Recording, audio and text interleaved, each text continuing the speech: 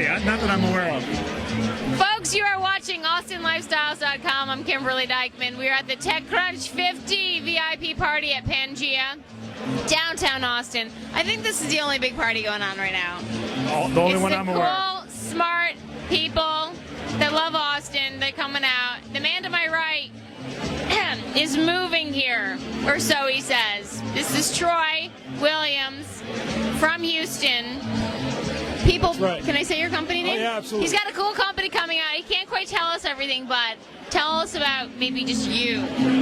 Well, yeah, so I started a company here called PeoplePad about a year ago, and Austin's a great place to run a web company. It's got a tremendous talent pool of people. It's got all the right lifestyle issues.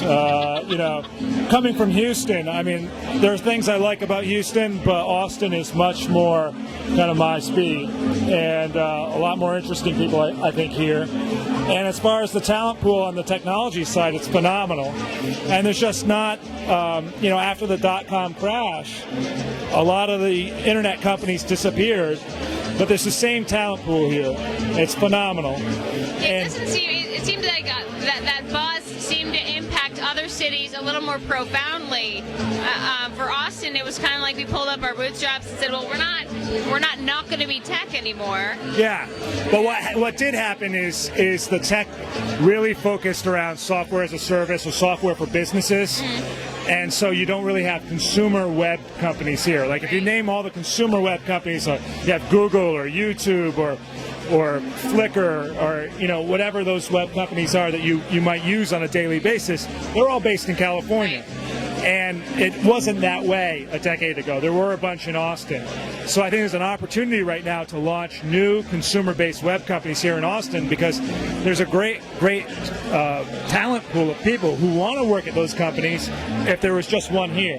But they don't want to leave Austin, right? Yeah. They're not willing to move to California to work in one of them, so they'll work what's here. And so we're... Perfect example is like Bazaar Voice. Yeah. So Bazaar Voice is a great company. It's not really a consumer company. So, your average, if you work for Bazaar Voice, the chances Consumer are... information, essentially, for a corporation, I should say. It is, but it's really a B2B kind of play. And nothing against them. It's a great company. I like the guys. But I'm just saying, trying to figure out what your company is. Well, so what I'm saying is that one of the things that a lot of people want to be able to do is go home or go out for a beer and talk to their friends and say, oh, I work at, and their friends go, damn, that's awesome. Like, I use that every day, right? And there's just not an opportunity to work for one of those companies here in Austin. Yeah. And we're trying to make PeoplePad one of those companies. That's why we came here, is because we were trying to develop a consumer web app that everybody in this room hopefully will be using a few years from now.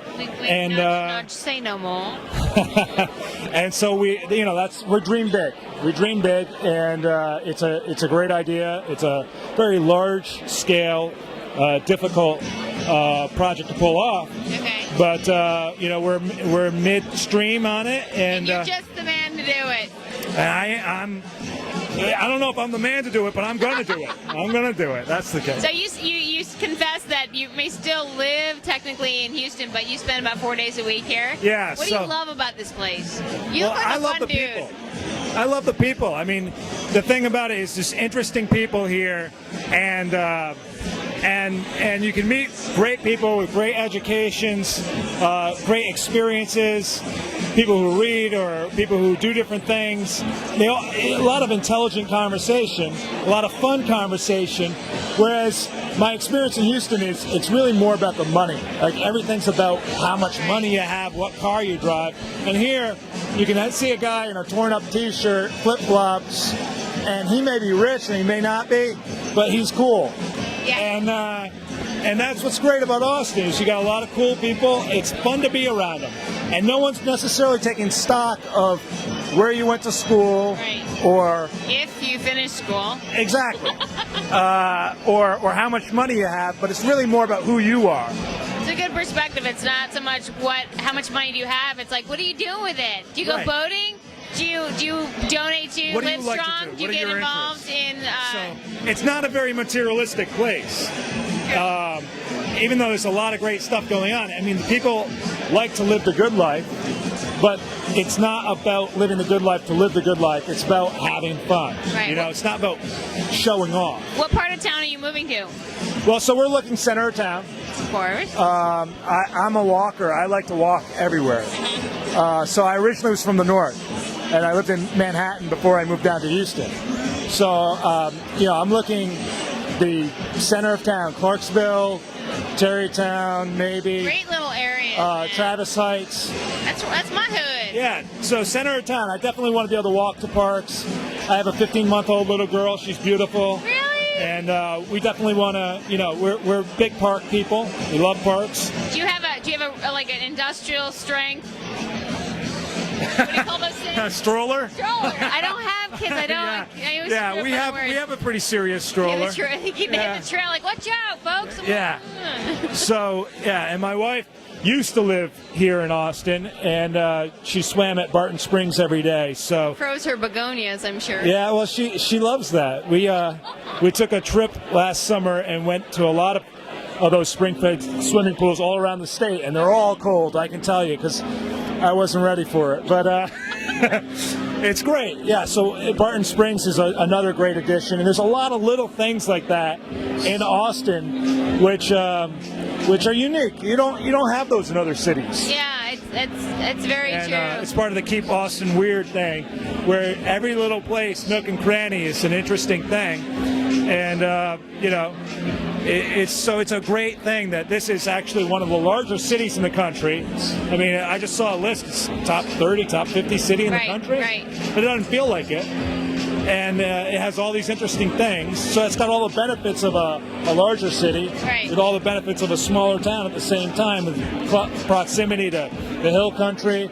And then we got, you know, and then we have all the interesting people of a college town, right, and people stay on. It's just, it's a very unique opportunity to be here. So are you here for the weekend for ACL?